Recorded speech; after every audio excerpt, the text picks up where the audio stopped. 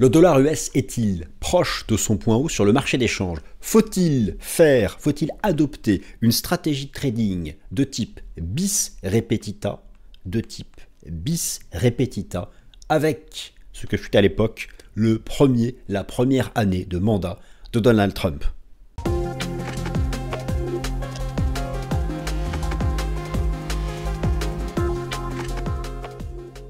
Chers amis, je suis ravi de vous retrouver. Nouvelle édition du Fast and Forex, mercredi 18 décembre 2024. Ravi de vous retrouver pour parler du dollar, pour parler d'un patron, d'un chef, d'un leader. Le guerrier du Forex. Et oui, chers amis, l'année se termine, on fait le bilan, on se projette. C'est ça le boulot d'un analyste. Bon. Alors, connaissez-vous le leader du Forex cette année? Je vous l'ai donné en 1000. C'est dans le titre de la vidéo. Et oui, vous avez vu juste. Le dollar américain, face à un panier de devises. Et accrochez-vous, il a plusieurs records. Tout d'abord, le dollar américain est leader, c'est-à-dire qu'il occupe la première place cette année sur le marché d'échange flottant. Deuxième record, il est, parmi les devises majeures du Forex, la seule à être en hausse cette année. Troisième point, il a passé l'essentiel de l'année à la place de numéro 1. Il avait perdu un petit peu cet été, il l'a récupéré. Avec la poussée suite à l'élection, à la victoire de Donald Trump à l'élection présidentielle. Mais ce n'est pas tout, Lorsque l'on pondère, et ça c'est un graphique très intéressant que je vais vous montrer, nous allons discuter plus tard dans la vidéo. Lorsque l'on pondère la valeur du dollar américain en tenant compte des échanges commerciaux internationaux des États-Unis, le trade weighted US dollar, pardon pour l'accent, le trade weighted US dollar. Donc, c'est une version optimisée, retraitée de l'US dollar index, que vous connaissez, de son ticker DXY, mais qui est retraitée en fonction des échanges commerciaux des États-Unis. On tient compte en fait du poids de chaque devise des partenaires dans les échanges des États-Unis. Eh bien, le dollar américain est tout proche de faire un nouveau record historique. Alors que sur le DXY, il en est loin, même s'il est en tendance haussière et revenu sur un haut de range. Donc, oui, la force du dollar interroge, et d'ailleurs parmi certains grands acteurs de la haute finance, beaucoup pour avoir, et c'est aussi quelque chose que je vous réserve dans cette vidéo, j'ai les prévisions des principales banques côté sell-side qui s'expriment et qui donnent leur scénario pour le dollar américain en 2025. La grande majorité d'entre elles nous disent que, pour elles, c'est le scénario de la baisse en 2025. Alors, qu'est-ce qui se passe? Pourtant, dollar américain hausse, Trump trade, le dollar, très bien. Mais ces banques nous disent que non. Dans le courant 2025, il y aura un point haut. Plutôt, ils disent début d'année, milieu d'année, et terminer l'année tout en bas. C'est ce qu'elles nous disent, ces banques. Bon. Alors, effectivement, je parlais en introduction d'une stratégie de trading de type bis repetita. Eh bien oui, je vais aussi vous le montrer. Nous avons l'exemple du premier mandat de Donald Trump, qui a donc eu lieu entre 2017 et 2020. L'élection présidentielle, à l'époque, avait eu lieu en novembre 2016. Et à l'époque, entre novembre 2016 et décembre 2016, le dollar US s'était envolé, exactement là comme cela s'est passé en novembre et décembre 2024, mais, oh surprise, le dollar s'effondra la première année du mandat de Trump. Et oui, à l'époque, le dollar chuta, littéralement, en 2017. Donc, stratégie de trading de type bis repetita consisterait à dire que ce rebond là du dollar qui est tout en haut serait peut-être une opportunité de le shorter. Attention, ne shortez pas, je n'ai pas dit qu'il fallait le shorter. On va discuter de tout ça en détail. On ne shorte pas un marché quand il ne donne pas de signaux techniques de faiblesse, c'est le minimum légal. Mais beaucoup commencent à penser à une stratégie de trading de type bis repetita, voyant dans la première année, il faut être précis, la première année du second mandat de Donald Trump, des facteurs de baisse pour le dollar américain sur le marché des changes, ou en tout cas des facteurs de surachat, ou des facteurs qui ne justifient pas que par exemple le dollar américain pondéré par les échanges commerciaux des États-Unis, soit proche d'un record historique. Parce qu'on va regarder par exemple le déficit commercial abyssal des States. Bon, voilà. Donc il y a des choses qui interrogent. Et nous allons parler de tout ça. Première partie, je vous fais un topo précis sur la place de leader qu'occupe actuellement le dollar américain et surtout, cette place de leader est-elle en surachat technique? Y a-t-il des signaux d'alerte sur le plan technique ou n'y en a-t-il tout simplement pas? Si on n'a pas, ça peut aller plus haut. D'ailleurs, l'année n'est pas finie. Si, dans le cadre du bis repetita, la hausse s'était prolongée jusqu'à mi-janvier avant que le dollar commence à reculer. Deuxième partie, justement, le bis repetita. Nous allons revenir en détail sur comment le dollar s'était comporté à cheval sur 2016-2017, élection première année du mandat, et voir qu'est-ce qui avait à l'époque poussé le dollar à rebaisser, fortement d'ailleurs, en 2017. Troisième partie, les facteurs, ça peut paraître étonnant de parler maintenant, mais les facteurs potentiels de baisse du dollar US en 2025, alors quand je dis en 2025, c'est pas baisser entre le 1er janvier 2025 et le 31 décembre 2025. C'est terminer l'année en baisse.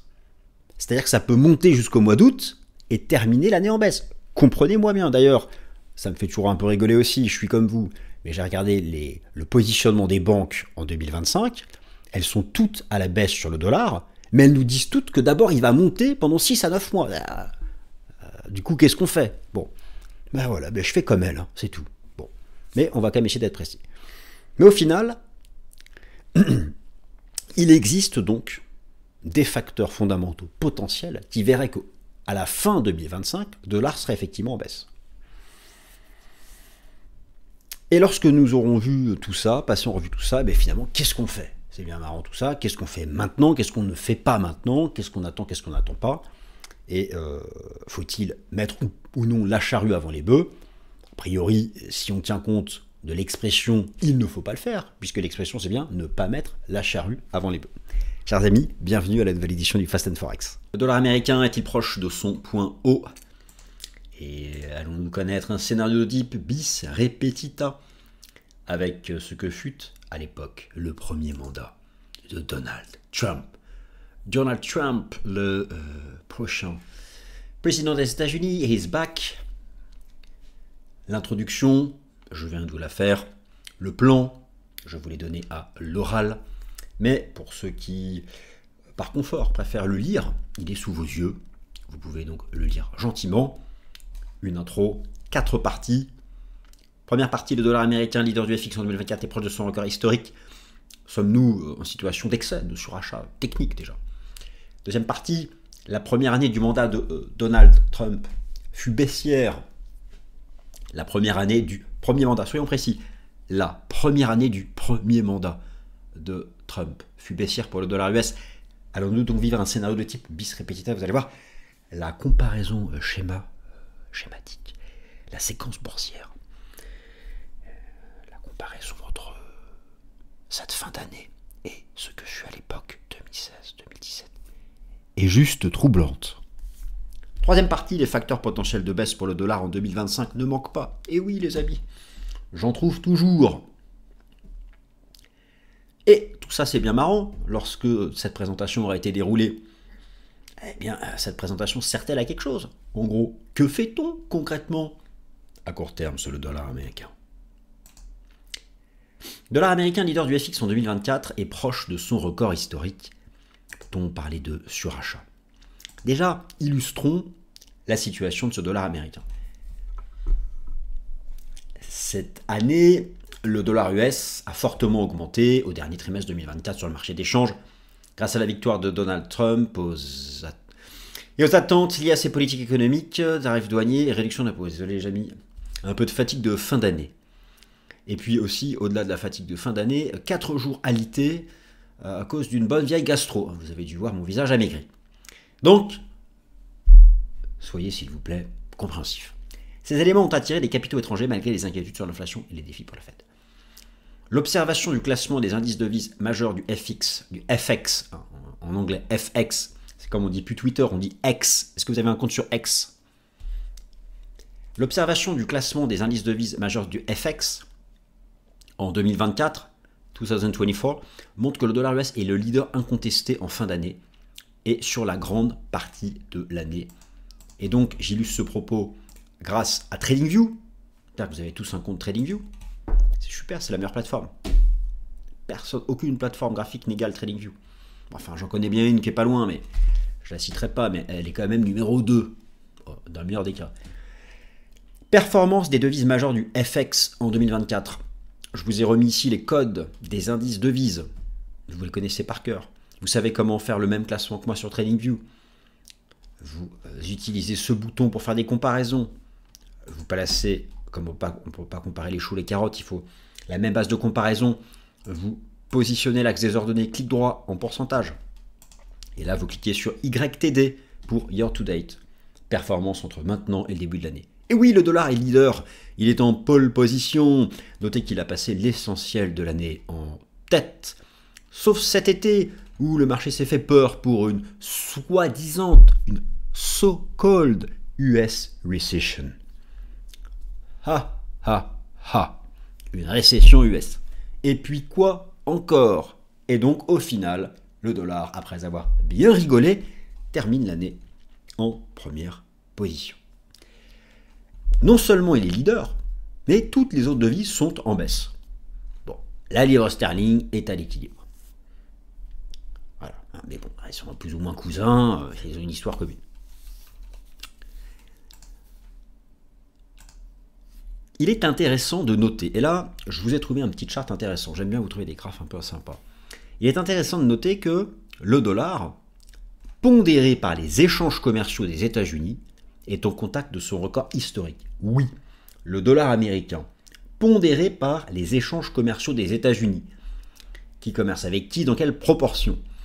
Lorsque vous regardez le dollar américain face à un panier de devises, là je vous ai mis un graphique de long terme. Le dollar est certes en tendance haussière, alors d'ailleurs depuis 10 ans, mais il est loin de son record historique, qui est quand même sacrément plus élevé. Le dollar américain est donc loin de son record historique. Mais lorsque vous étudiez la valeur du dollar pondérée par le commerce, le Trade Weighted Dollar, trades near historical record high. Et oui, le dollar US. Donc tout ça pour montrer que ça va pas du tout plaire à Donald Trump. Lui qui veut repositionner les États-Unis dans le commerce mondial, lui qui veut diminuer les importations américaines et augmenter les exportations américaines, voilà qu'il fait face à un dollar qui, d'un point de vue du commerce des États-Unis, est sur son plus haut. Jamais M. Trump n'acceptera cette situation. Never. Donc, ça, ayez bien ça en tête, car nous allons régulièrement en reparler, notamment dans le Fast Forex l'année prochaine. Alors effectivement, là, c'est troublant. On peut comprendre que le dollar soit leader cette année, on peut comprendre qu'il soit leader des dernières années, mais est-ce justifié qu'il soit à ce point aussi élevé et sur son record historique en tenant compte des échanges commerciaux des États-Unis? Alors, sur le plan de chartiste, sur le plan de l'analyse chartiste, il se situe dans la partie haute d'un range pluriannuel, mais il n'y a pas encore de renversement baissier. Donc effectivement, le dollar américain en cette fin d'année est dans un haut de trading range. Donc ce range, ce canal latéral est en construction depuis maintenant 2 ans, entre les 99-100 points et les 107-108 points. Il est collé dans la partie haute du range. Il a même dépassé cette trendline ici. D'ailleurs, il se maintient au-dessus. Donc effectivement, il est en surachat technique. Lorsque vous regardez, enfin, il est dans la partie haute technique, il n'est pas en surachat. Les enseignements du système Ishimoku, le prix qui était sorti par le haut du nuage, la lagging span qui s'est libérée. Donc on voit très bien qu'il est ici au contact d'un seuil pivot. Si le dollar devait quitter par le haut cet espace, on voit bien ici cet intervalle d'hésitation, car il y a l'option, on voit très bien qu'ici, il se cherche entre les 105 et les 108. Ça va être en grande partie, on va voir cette semaine avec la Fed. Mais il se cherche entre soit réintégrer cette trendline et revenir dans le bas du range, sortir par le haut et accélérer, retrouver ces sommets ici d'octobre 2022, voilà qui sera complètement différent. Allez voir que nous sommes dans une situation assez proche. Regardez ici ce que fut le premier mandat de Trump. L'élection présidentielle avait eu lieu en novembre 2016, et donc le dollar avait été boosté par les anticipations politiques, économiques et budgétaires de Donald Trump. À l'époque, c'était plus ou moins les mêmes arguments que maintenant, les mêmes arguments de campagne. Sauf que là, Trump en plus a beaucoup plus de pouvoir, hein, il a le Congrès.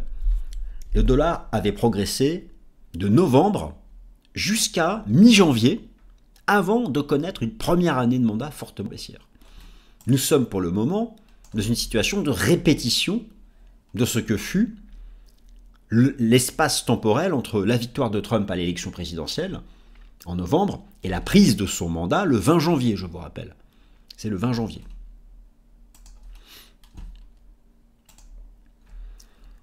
Alors, en termes de positionnement net acheteur, effectivement, le positionnement institutionnel net acheteur sur le dollar américain est au plus haut depuis l'année 2019. Il est au plus haut depuis l'année 2019. C'est ce que montrent les données du rapport Commitment of Traders chez les asset managers pour le cours de l'euro-dollar. Donc, on raisonne à l'envers en ce qui concerne l'US dollar. La position nette est sur son plus bas depuis 2019. Là, donc, le positionnement long sur le dollar est sur son plus haut depuis 2019. Cela interroge la haute finance. La haute finance se demande si un tel positionnement bullish sur le dollar est-il vraiment justifié? Alors, de manière très étonnante, c'est le scénario de 2016-2017 qui semble se répéter. Attention cette semaine, la Fed, ce mercredi 18 décembre, va agir sur le dollar américain. Faites très attention à ça. C'est ce soir, c'est ce mercredi pour le court terme. Je vais en parler plus tard dans la vidéo. Mais effectivement, c'est une question intéressante. Les marchés financiers étant très cycliques, et il y a beaucoup, en analyse technique, le principe de la répétition de cycle fonctionne bien. La première année du premier mandat de Trump fut baissière pour le dollar US. Allons-nous sur du bis repetita? Alors, effectivement, c'est ce qui s'est passé. C'est vraiment ce qui s'est passé. La première année du mandat de Trump a globalement vu le dollar en baisse, puisque Trump a pris ses fonctions ici, et il est parti ici. Donc, le dollar, sous la première présidence de Trump, a perdu 12%. 12% sur l'ensemble du mandat. Il avait donc progressé entre novembre et le 20 janvier. 12% de baisse sur l'ensemble du mandat, à l'intérieur duquel il y a eu 3 temps. Une première phase de drop, un retour à la case départ et une nouvelle phase de drop. Bon, ce fut ici, bien sûr, la crise sanitaire. Et in fine, alors que beaucoup mettent le dollar US à l'achat dans les Trump trades, nous avons un exemple passé, qui est le premier mandat de Trump, le dollar a perdu 12%. Donc déjà là, il y a un contre-argument. Alors pourquoi? Direz-vous, c'est pas Trump qui décide de la valeur du dollar. Il ne reçoit pas tous les matins sur son bureau la valeur du dollar et il ne la fixe pas par décret. C'est pas lui non plus qui fixe sa politique monétaire. En réalité, Donald Trump, pour agir sur le dollar US, bien sûr, le dollar réagira à sa politique économique, budgétaire. Il faut bien comprendre, c'est que pour Donald Trump, un dollar, alors faible est un mauvais mot, un dollar faible pour soutenir l'industrie exportatrice des États-Unis. Je dirais un dollar qui ne soit pas trop fort. Et comme je vous l'ai montré, le dollar américain, le dollar US, pondéré par les échanges commerciaux des États-Unis, est sur son record historique. Et à un moment où Trump veut réduire le déficit commercial abyssal avec ses principaux partenaires, et je vous ai mis une liste ici chiffrée, et nous savons déjà qu'il a un premier focus sur les pays proches, que sont le Mexique, le Canada, et bien sûr, la cible prioritaire reste la Chine, peut-il le tolérer? Donc un dollar qui n'est pas trop fort, déjà pour Donald Trump, c'est soutenir les exportations américaines.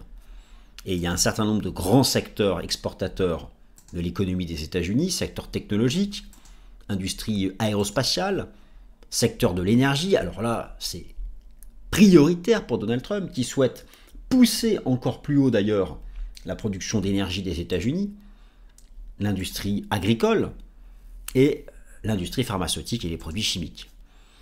Automobile, matériel de transport, tout ce qui est America First